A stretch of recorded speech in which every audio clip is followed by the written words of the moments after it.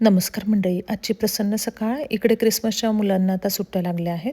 आम्ही सगळेजण मिळून या सुट्ट्यांमध्ये न्यूयॉर्क फिरण्यासाठी आज निघणार होतो. बऱ्याच वर्षानंतर क्रिसमसच्या या काळामध्ये न्यूयॉर्कला आम्ही जाणार होतो.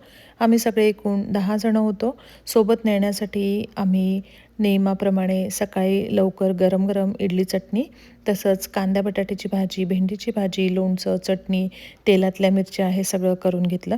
आदल्या दिवशी रात्रीच डिंकाचे लाडू तयार करून ठेवले होते. ते पण थोडे सोबत घेतले कारण आता थंडीचे दिवस आहेत. राधिकाने पेस्ट्री पफ्स, लेमन राईस तयार करून घेतला. तसंच दुसऱ्या दिवशी नाश्त्यासाठी म्हणून उपम्याचं मिक्ससुद्धा तिने तयार करून घेतलं. बरोबर 10 वाजता आम्ही सगळेजणं गाडीमध्ये बसलो. सगळी मुलं आमच्या सोबत असल्यामुळे त्यांच्या आवडीचं सगळं आम्ही घेऊन निघालो. माझ्या बहिणीचा जो मुलगा आहे अनिरुद्ध, तोसुद्धा सध्या सुट्टीसाठी इथे आलेला आहे. तोसुद्धा आमच्या सोबत होता. तो सेंट लुईसला PhD करतो. इकडच्यापेक्षा न्यूयॉर्कला थंडी जास्त असल्यामुळे निघताना आवर्जून सगळे गरम कपडे आम्ही सोबत घेतले. त्यानंतर आमच्या घरापासून निघाल्यावर इंटरस्टेट 95 नॉर्थ हा जो हायवे आहे तो घेऊन आम्ही न्यूयॉर्कच्या दिशेने निघालो. आम्हाला Richmond, Washington DC, Baltimore, Newark, नंतर जर्सी सिटी ही शहरं लागली. ही शहरं पार करून आम्ही न्यूयॉर्कला रात्री पोहोचलो. मध्ये एका ठिकाणी थांबून आम्ही पेस्ट्री पफ्स आणि इडली चटणी सगळ्यांनी खाल्ली आणि रात्री ज्या ठिकाणी आम्ही थांबणार होतो त्या घरी आम्ही सगळेजणं रात्री पोहोचलो. हे जे घर होतं ते न्यूयॉर्क या शहरातलं छानसं असं 2 मजली अमेरिकन लोकांचं घर होतं. तिथे आम्ही मुक्काम करणार होतो. आधी सगळेजण आम्ही सामान घेऊन घरात आलो. त्यानंतर आमच्या गाड्या पार्क केल्या. नंतर फ्रेश होऊन सोबत आणलेलं जे आमचं अन्न होतं, म्हणजे जे डबे आम्ही घेऊन आलेलो होतो, त्यातलं भाज्या आम्ही मायक्रोवेव्हमध्ये गरम केल्या आणि इथे किचनसुद्धा छान होतं. तिथे आम्ही सगळ्यांनी मिळून मग जेवणं केली आणि दुसऱ्या दिवशी सकाळी सगळेजणं लवकर आवरून मेट्रोपॉलिटन म्युझियम ऑफ आर्ट बघायला आम्ही निघालो. सुट्ट्या असल्यामुळे म्युझियममध्ये बरीच इथे गर्दी होती. तिकिटासाठी सुद्धा मोठी लाईन होती. हे जे म्युझियम आहे हे येथील मॅनहॅटनमधलं सेंट्रल पार्कजवळ असलेलं हे म्युझियम आहे. येथे जगातील विविध देशांमधनं 5,000 वर्षांपासून ते 21व्या शतकातील कलाकृती संग्रहित केलेल्या आहेत. यामध्ये विविध काळातील दागिने, पेंटिंग्स, मूर्त्या, भांडी, सुंदर नक्षीकाम केलेलं फर्निचर इत्यादी अनेक वस्तू या म्युझियममध्ये आहेत आणि खूप मोठं असं हे म्युझियम आहे. जगप्रसिद्ध मेट गाला हा जो इव्हेंट आहे, हा इव्हेंट या म्युझियममध्ये भरवण्यात येतो.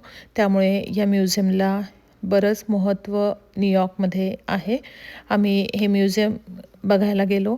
इथे भरपूर गर्दी आम्हाला दिसली आणि सगळी दालनं आम्ही बघितली. नंतर भरपूर सारे इथे फोटो काढले आणि तुम्हाला व्हिडिओमध्ये सुद्धा हे सगळं दिसतं आहे. खूप साऱ्या प्रसिद्ध कलाकारांच्या पेंटिंग्स इथे होत्या. त्यांची नावं आणि माहिती सगळं लिहिलेलं होतं आणि इथे अभ्यास करण्यासाठी सुद्धा बरेच विद्यार्थी आम्हाला दिसले. म्हणजे ग्रुपने सगळे विद्यार्थी पेंटिंग्सवर आणि याच्यावर अभ्यास करत होते. त्यांचे सर त्यांना सगळं डिटेल समजावून सांगत होते. हे सगळं आम्ही इथे बघितलं. त्यानंतर हे म्युझियम बघून झाल्यावर आम्ही टाइम्स स्क्वेअरला गेलो. टाइम्स स्क्वेअर हा जो एरिया आहे हा न्यूयॉर्कमधला कल्चरल लँडमार्क आहे. इथे ब्रॉडवेमधील अनेक थिएटर कंपन्या असून अनेक प्रसिद्ध म्युझिकल शोचं प्रोडक्शन इथे होतं. तसंच इथे लाईव्ह शोसुद्धा होतात, लाईव्ह परफॉर्मन्ससुद्धा होतात आणि सिनेमांमध्ये टाइम्स स्क्वेअरचा हा जो एरिया आहे हा दाखवला जातो. इथे रात्रभर गर्दी असते.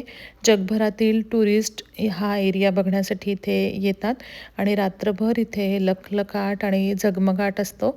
आता न्यू इयर आहे आणि क्रिसमससुद्धा आहे. त्यामुळे इथे बरीच गर्दी होती आणि सगळीकडे लायटिंग लावलेली होती. इथे रॉकरफेलर सेंटरला खूप मोठं असं क्रिसमस ट्री होतं. खूप छान डेकोरेशन केलेलं होतं आणि भरपूर लोकं इथे आम्हाला बघायला मिळाली. आम्ही रात्री बऱ्याच वेळेपर्यंत आम्ही इथे हा एरिया फिरत होतो. तिथेच आम्ही रात्री जेवणसुद्धा केलं आणि सगळं फिरून झाल्यानंतर आम्ही भरपूर सारे फोटो काढले आणि रात्री आमच्या घरी आम्ही सगळेजण, म्हणजे जिथे आम्ही मुक्काम करणार होतो तिथे आम्ही रात्री पोहोचलो. धन्यवाद.